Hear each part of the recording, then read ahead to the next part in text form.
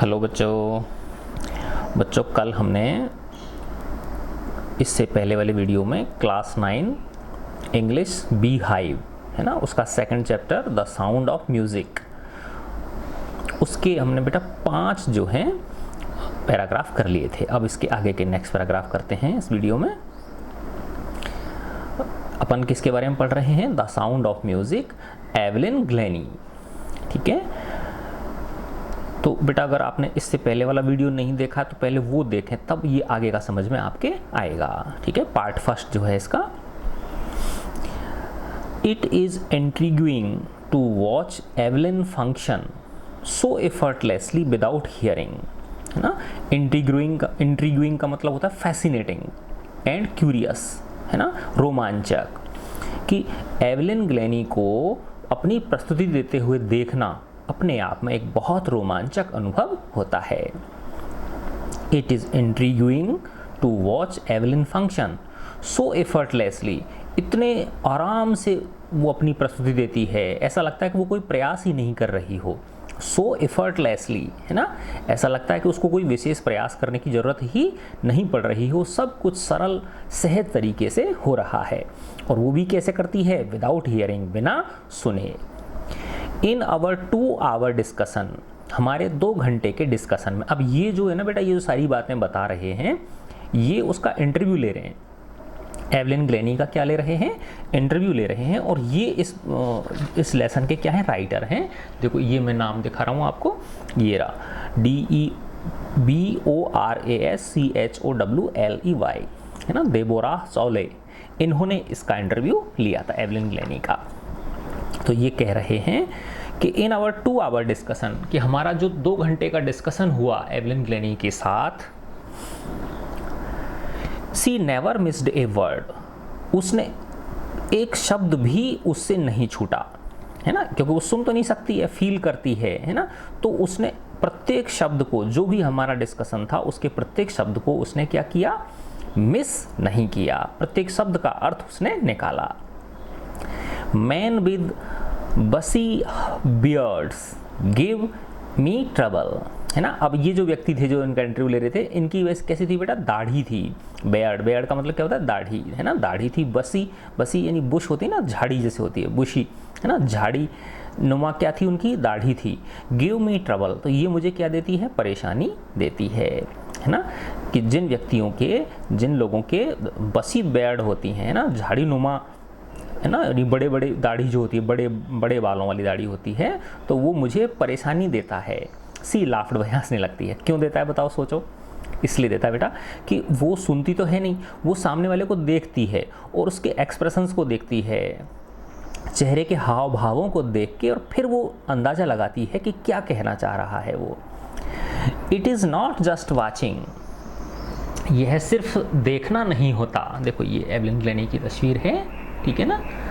It is not just watching the lips, है ना, यानी वो सिर्फ लिप्स को ही वॉच नहीं करती है, नहीं देखती है, बल्कि it is the whole face, वह पूरे के पूरे चेहरे को, संपूर्ण चेहरे को देखती है।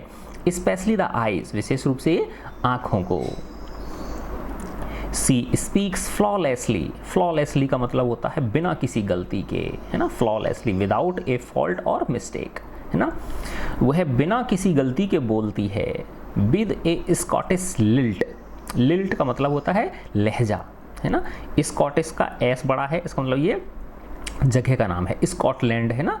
तो स्कॉटलैंड की वहाँ की अपनी एक भाषा है, तो उस लहजे में वो बिना गलती के बोलती है ना। सामने वाले को ऑब्जर्व करती है और उसके प्रश्नों का क्या देती है? बिना गलती के जवाब देती है। माई स्पीच इज़ क्लियर, मेरी जो वक्तव्य जो होते हैं, मेरे जो मैं जो बोलती हूँ वो इसलिए साफ होता है, बिकॉज, इसलिए, I could hear till I was 11, क्योंकि मैं 11 वर्ष तक की थी, तब तक मैं सुन सकती थी। सी सेज, वह कहती हैं। बट, लेकिन, दैट डज नॉट एक्सप्लेन, लेकिन ये इस चीज़ को नहीं समझा पाता, how she manage to learn French and master basic Japanese, है ना, वो कह रही है कि मैं इसलिए अच्छी तरह से बोल पाती हूँ कि मैं 11 वर्ष तक तो क्या थी? सुनती थी, है ना। लेकिन लेखक कह रहा है कि चलो वो तो ठीक है, है ना। लेकिन 11 वर्ष के बाद तो वो पूरी तरह से डेफ हो गई थी, लेकिन फिर भी उसने फ्रेंच भाषा सीख ली, फ्रांसीसियों की जो भाषा है फ्रांस की, फ्रेंच, वो सीख ली। और जो बेसिक जापानीज है ना, जो मूल जापानी भाषा है उसमें भी उसने क्या हासिल कर ली, मास्टरी हासिल कर ली। तो लेखक कह रहा है कि इन चीज़ों में फ्रेंच सीख लेना, जापानीज में मास्टरी हासिल कर लेना, ये मेरी समझ में नहीं आता कि कैसे कर लिया उसने, तो अर्थात उसने बहुत परिश्रम से ऐसा किया होगा। ठीक है। As for music she explains, वह समझाती है कि म्यूजिक के लिए it pours in through every part of my body, music के लिए क्या कहती हैं वो, कि यह झरता है, रिसता है ना, रिसाव होता है ना, झरना, रिसना, है ना। It pours in through every part of my body, यानी ये मेरे रोम रोम में से रिश्ता है, झरता है और उसमें समाता है। It tingles in the skin, my cheek bones and even in my hair, यह मेरी स्किन में, मेरी त्वचा में, मेरे चीक बोन्स, मेरे गालों की जो हड्डियां हैं उनमें, and even in my hair, और यहाँ तक कि मेरे बालों में भी ये टिंगल करता है। टिंगल का मतलब क्या होता है, हल्का सा प्रिक करना, प्रिक होता है ना, प्रिक यानी हल्का सा जैसे चुटकी काटना, है ना, सेंसेशन पैदा करना, है ना। तो ये संगीत झनकार पैदा करता है, किसमें, मेरी त्वचा में, मेरी चीक बोन्स में, और यहाँ तक कि मेरे बालों में भी। When she plays the xylophone, जब वह xylophone बजाती है, she can sense the sound passing up the stick into her fingertips, है ना, क्योंकि वो किससे बजाती है, एक स्टिक्स होती हैं, है ना, छड़ी होती हैं जिनसे कि वो उसको बजाती है, तो वो छड़ी उस पर स्ट्राइक करती हैं, तो उस छड़ी में क्या उत्पन्न होते हैं, कंपन उत्पन्न होते हैं, और वो छड़ी के कंपन किस में आते हैं, उसकी उंगलियों तक आते हैं, और उनको फिर वो क्या करती है, सेंस करती है। When she plays the xylophone, जब वो xylophone बजाती है, she can sense the sound, तो वो आवाज़ को सेंस कर सकती है, अनुभूत कर सकती है, passing up the stick, जो कि स्टिक से गुजर रही होती है, किन में, उसकी फिंगर टिप्स में, उंगलियों की पोरों में। By leaning against the drums, by leaning against the drums, है ना, जो ड्रम बजाती है उनकी ओर वो आगे झुक जाती है, ठीक है ना। By leaning against the drums, lean यानी झुकना, तो वो उन ड्रम्स जिनको की बजाती है उनकी तरफ आगे झुक जाती है। शी कैन फील द रेजोनेंसेस, तो वो जो कंपन होते हैं उनके अंदर जो अनुनाद पैदा होता है ना, जो तारतम्य, जो लय पैदा होता है, उसको वो बहुत अच्छी तरह से क्या कर सकती है, फील कर सकती है। फ्लोइंग इनटू हर बॉडी, अपनी बॉडी में फ्लो होते हुए, ठीक है ना, यानी जो ड्रम बजाती है उनके ऊपर वो आगे की तरफ झुकती है, और उन ड्रमों के अंदर जो रेजोनेंस पैदा होता है, जो अनुनाद पैदा होता है, जो लय तारतम्य पैदा होता है, उसको अपनी बॉडी में प्रवेश करता हुआ वो अनुभूत कर पाती है। ऑन ए वुडन प्लेटफॉर्म, है ना, लकड़ी के प्लेटफॉर्म पर, है ना, जब वो चढ़ती है और परफॉर्मेंस देने के लिए, है ना, क्योंकि बड़ा ऊंचा प्लेटफॉर्म बनाना होता है ना, और जो आर्टिस्ट अपनी परफॉर्मेंस देते हैं उनके लिए एक मंच बनाना पड़ता है। ऑन ए वुडन प्लेटफॉर्म, लकड़ी के एक प्लेटफॉर्म पर, सी रिमूव्स हर शूज, वह अपने जूते उतार देती है, सो दैट, जिससे कि the vibrations pass through her bare feet and up to her legs, है ना, जिससे कि जो कंपन है वो उसके नंगे पैरों से और ऊपर उसके पैरों तक, है ना, उसके नंगे जो तलवे होते हैं पैरों के, उनसे वो वाइब्रेशंस ऊपर कहाँ तक पहुँच जाए, उसके पैरों तक पहुँच जाए, जिससे कि वो उनको आसानी से अच्छी तरह से क्या कर सके, सेंस कर सके।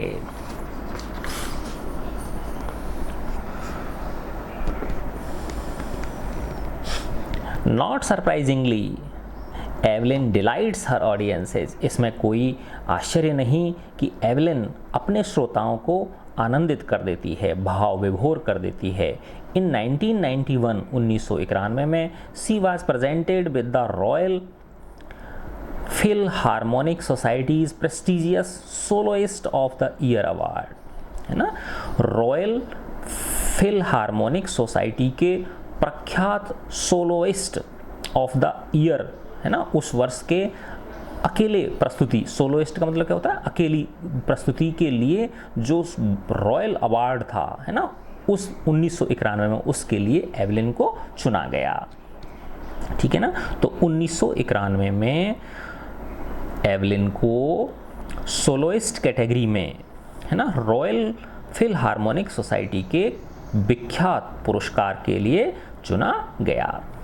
सेज मास्टर परक्यूनिस्ट जेम्स ब्लेड्स, है ना, मास्टर परक्यूशनिस्ट, है ना, मास्टर तबला वादक, मास्टर संगीतकार जेम्स ब्लेड्स कहते हैं, क्या कहते हैं, देखो कितनी बड़ी बात बताई बेटा उन्होंने, God may have taken her hearing, ईश्वर ने भले ही उसकी सुनने की शक्ति ले ली हो, छीन ली हो, but he has given her back, लेकिन ईश्वर ने उसे वापस दे दिया है, समथिंग एक्स्ट्राऑर्डिनरी, कुछ बहुत ही विशेष चीज़ उसको वापस दे दी, यानी एक चीज़ छीन ली है उससे, उसकी हियरिंग छीन ली है, लेकिन उससे कहीं ज़्यादा, उससे भी कहीं विशेष, अति साधारण, है ना, उसको एक चीज़ ईश्वर ने गिफ्ट कर दी है। वॉट वी हियर, जो हम सुनते हैं, सी फील्स, उसे वह क्या कर लेती है, अनुभव कर लेती है, far more deeply than any of us, जितना हम सब कर पाते हैं उससे भी ज़्यादा गहरे से वो उसे अनुभूत कर लेती है। दैट इज़ वाई, यही कारण है, सी एक्सप्रेसेस म्यूजिक सो ब्यूटीफुली, यही कारण है कि वो संगीत को इतने शानदार तरीके से अभिव्यक्त कर पाती है, कि वो संगीत को, है ना, इतने शानदार तरीके से अभिव्यक्त कर पाती है। Evelyn confesses that she is something of A workaholic, confess का मतलब होता है स्वीकार करना, है ना, कन्फेस, तो एवलिन स्वीकार करती है कि वो कुछ वर्कोहॉलिक है।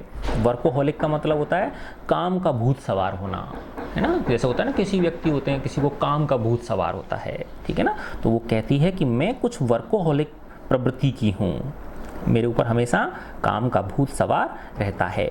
I have just got to work, है ना, मुझे कोई ना कोई काम मिल ही जाता है। Often harder than classical musicians, often harder than classical musicians, है ना, जो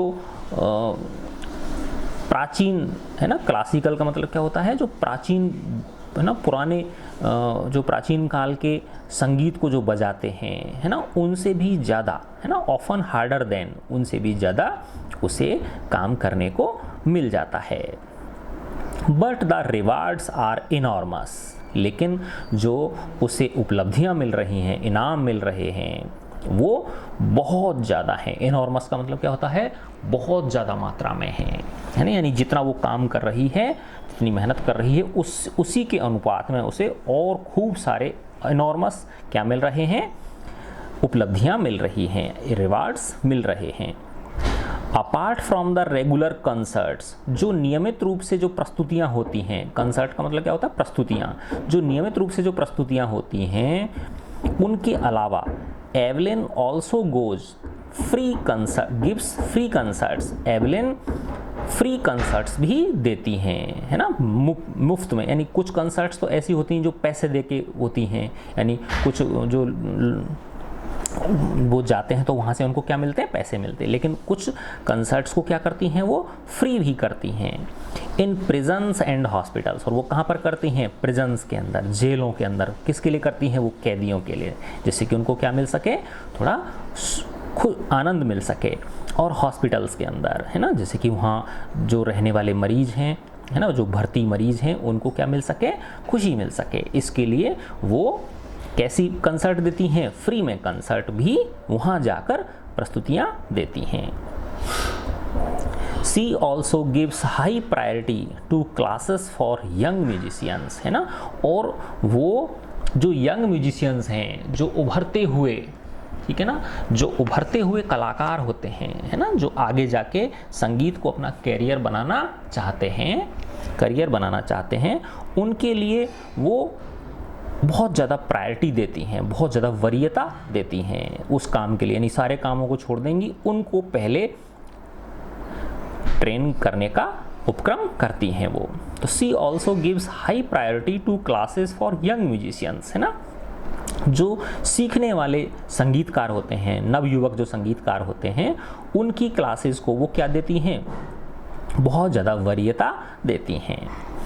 एन रिचलिन, देखो ये नाम है, ए बड़ा है और आर बड़ा है, एन रिचलिन ऑफ बीथोवन फंड, है ना, Beethoven fund for deaf children, है ना, जो बेटा बहरे बच्चे होते हैं उनके लिए एक संस्था है जिसका नाम क्या है, बीथोवन फंड है ना, जो उनके लिए जो है ना उनकी व्यवस्था करने के लिए, उनको सुख सुविधाएं मुहैया कराने के लिए धन उपलब्ध करवाती है, व्यवस्थाएं उपलब्ध कराती है, सुख सुविधाएं उनकी, है ना, तो बीथोवन फंड है ये।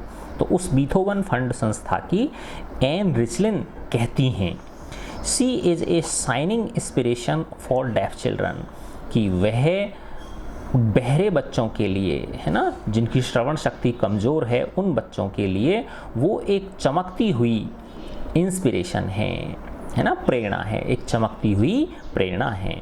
दे see that there is nowhere that they can not go, है ना, तो जब वो डेफ चिल्ड्रन एवलिन ग्लेनी को देखते हैं तो वो ऐसा महसूस करते हैं कि there is nowhere that they can not go, कि ऐसी कहीं कोई चीज़ नहीं है, कहीं कोई जगह नहीं है जहाँ पर कि वो नहीं पहुँच सकते हैं, है ना। क्यों ऐसा क्यों सोचते हैं वो सोचते हैं कि एवलिन अगर कर सकती हैं तो हम भी ऐसा कर सकते हैं। अब इसका लास्ट पैराग्राफ है, Evelyn Glennie has already accomplished more than most people twice her age, है ना, यानी एवलिन ग्लेनी ने इतनी ज़्यादा उपलब्धियां हासिल कर ली हैं कि उनसे दुगनी से ज़्यादा उम्र के लोग भी ऐसा नहीं कर पाए हैं। तो Evelyn Glennie has already accomplished, accomplish का मतलब क्या होता है, प्राप्त कर लेना, उपलब्धियां हासिल कर लेना। तो एवलिन ग्लेनी पहले ही उपलब्धियां हासिल कर चुकी हैं more than most people twice her age, है ना, यानी उनसे दुगनी उम्र के लोगों से भी ज़्यादा उपलब्धियां वो पहले से ही हासिल कर चुकी हैं। She has brought percussion to the front of the orchestra, है ना, कि वो, अब देखो ऑर्केस्ट्रा और परक्यूशन, है ना, मैं जहाँ तक समझता हूँ बेटा कि इनमें अंतर ये है कि ऑर्केस्ट्रा जो होता है ये, इसमें ऐसे इंस्ट्रूमेंट्स होते हैं जो बिजली से चलते हैं, समझ रहे हो आप लोग, जिनमें जैसे वो होते हैं ना, क्या नाम है, ये विशेष प्रकार की वो होती है बेटा, जो है ना, एक तो होती है हारमोनियम होती है, तो वो तो क्या है, लकड़ी की है, ठीक है ना, और एक अलग से होता है जो सेल से चलता है या बैटरी से चलता है, ठीक है ना, तो वो इलेक्ट्रिक हारमोनियम होता है, ठीक है ना। तो जो बिजली से चलने वाले जो संगीत के उपकरण होते हैं वो ऑर्केस्ट्रा में आ गए, है ना। और परक्यूशन क्या हो गया ये ना, जैसे तबला हो गया, पहले आया था ना ये परक्यूशनिस्ट जो आया था, है ना, तो उनको वो पहले ले आई, है ना, यानी ऑर्केस्ट्रा से उनको पहले उसने इन्हें स्थापित कर दिया, यानी परक्यूशन को, है ना, ऑर्केस्ट्रा से आगे जगह दिलाने में एवलिन ग्लेनी का बहुत बड़ा योगदान है। एंड डेमोन्स्ट्रेटेड, और उन्होंने प्रदर्शित किया, डेमोन्स्ट्रेट का मतलब क्या होता है, प्रदर्शित करना, और उन्होंने प्रदर्शित किया है दैट कि it can be very moving, कि ये बहुत शानदार भी हो सकता है। मूविंग का मतलब जो किसी को हिला दे, है ना, यानी अंदर से किसी की भावनाओं को क्या कर दे, उभार दे, ऐसा भी हो सकता है। यानी जो परक्यूशन है ना, वो ऑर्केस्ट्रा से ज़्यादा मूविंग हो सकता है, ज़्यादा अच्छा लगने वाला हो सकता है। She has given inspiration to those who are handicapped, उसने उन लोगों को प्रेरणा दी है जो कि विकलांग हैं। People who look to her, लोग उसकी ओर देखते हैं, एंड से, और कहते हैं, if she can do it, कि यदि वो ऐसा कर सकती हैं, अगर एवलिन ऐसा कर सकती हैं, if she can do it, अगर वो ऐसा कर सकती हैं, आई कैन, तो मैं भी कर सकता हूँ।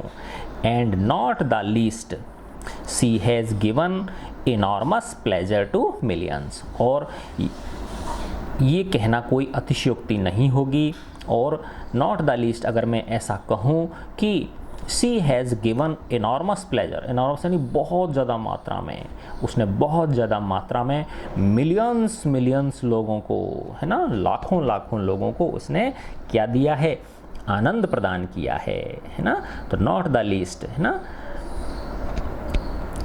एवलिन ग्लेनी ने अपनी संगीत की प्रतिभा के द्वारा, है ना, लाखों लाखों लोगों को आनंद प्रदान किया है, और जो डेफ बच्चे हैं उनके लिए उसने बहुत सारी प्रेरणा दी है, जिसको कि वो देख सकते हैं। ठीक है, अब देखो बेटा, ये आपका सेकंड लेसन इसमें पूरा हो गया। अब इसके नेक्स्ट पार्ट में हम करेंगे द शहनाई ऑफ बिस्मिल्लाह खां, है ना। देखो ये हमारे देश के ही हैं, बिस्मिल्लाह खान नाम सुना होगा ना आप लोगों ने, शहनाई वादक, है ना, the shehnai of Bismillah Khan. ठीक है, ये नेक्स्ट वीडियो में करेंगे।